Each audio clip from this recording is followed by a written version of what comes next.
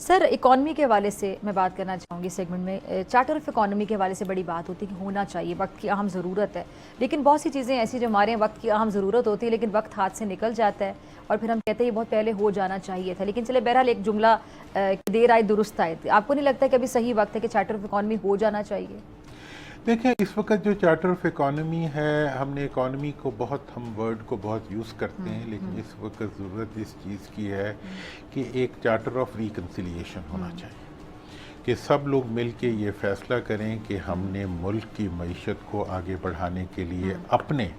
تمام اختلافات کو ایک سائڈ پہ رکھتے ہوئے ہم نے تسلسل، اکانومی کے تسلسل کو مینٹین کرنے کے لیے ہم نے ایک قدم اٹھانا ہے۔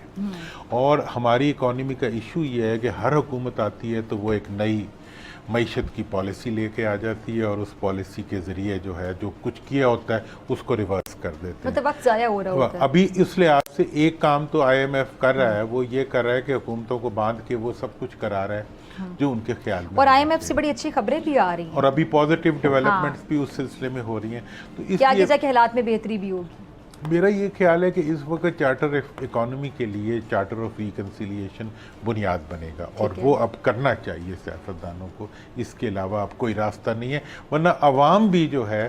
وہ ان سے نفرت کرے۔ سر وقت کے حوالے سے ہم بات کر رہے تھے تو مجھے گلزار صاحب کی لکھی ہوئی بڑی خوبصورت کچھ لائنیں یاد آ گئیں۔ ایک بار وقت سے لمحہ گرا کہیں، ایک بار وقت سے لمحہ یعنی مومنٹ گرا کہیں، وہاں داستاں ملی لمحہ کہیں نہیں۔ صحیح۔ ہم کیوں نہیں سمجھتے کہ لمحوں کی بھی بڑی امپورٹنس ہوتی ہے؟ اصل میں ہم لمحے، منٹ، گھنٹے، دن، 76 سال ضائع کر دیے، مہینے، سال ضائع کر دیتے ہیں۔ 76 سال ایک لمحے کی کتنی امپورٹنس ہوتی ہے؟ لمحے کی اور لمحوں کے فیصلے، وہ کہتے ہیں لمحوں نے خطا کی تھی، صدیوں نے سزا دی تھی۔ مطلب یہ ہے کہ جو لمحوں کی خطائیں ہوتی ہیں وہ تو مطلب قومیں بھگتتی ہیں۔ تو ہم وقت کو ضائع کیسے کر لیتے ہیں اتنی آسانی سے؟ دیکھیں جی، اس وقت آپ یہ دیکھ لیں کہ ہر لمحے آپ کا پی آئی اے جو ہے وہ لاکھوں اور کروڑوں روپے کا نقصان کر رہے ہیں۔ آج بھی آپ کسی فیصلہ کرنے کی پوزیشن میں نہیں ہے۔ سٹیل مل جو کہ 2007، 8، 6 میں جب مشرف صاحب کے دور میں وہ اس کی ہوئی تھی، اپنا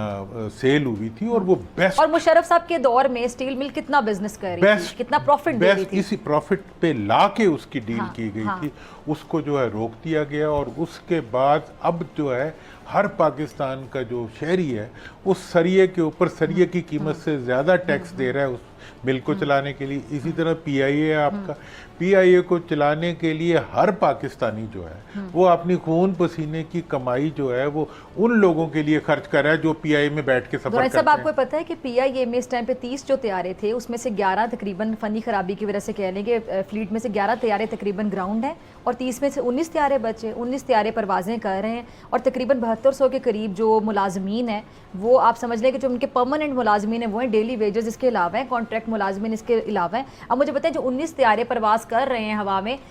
وہ جو 19 طیارے ہیں کیا وہ ان کا بوجھ اٹھا سکتے ہیں اتنے ملازمین کا؟ جتنے 19 طیاروں میں جتنے مسافر نہیں بیٹھتے اتنا ان کا عملہ ہے، اس سے زیادہ اس کو اس ادارے کا عملہ ہے اور وہ تنخواہیں ان کی آپ اندازہ کریں۔ مطلب یہ ہے کہ ہم اس وقت بزنس کرنا، جب اتنا کام ہی نہیں ہوگا عملے میں سے لوگ کتنے لوگ کام کر رہے ہوں گے، کوئی چھٹیوں پہ بیٹھا ہوگا، کوئی آ رہا ہوگا، کوئی نہیں آ رہا ہوگا۔ کہ پچھلے دوروں میں جب بھی یہ ہوئی ہے، پرائیویٹائزیشن ہوئی ہے،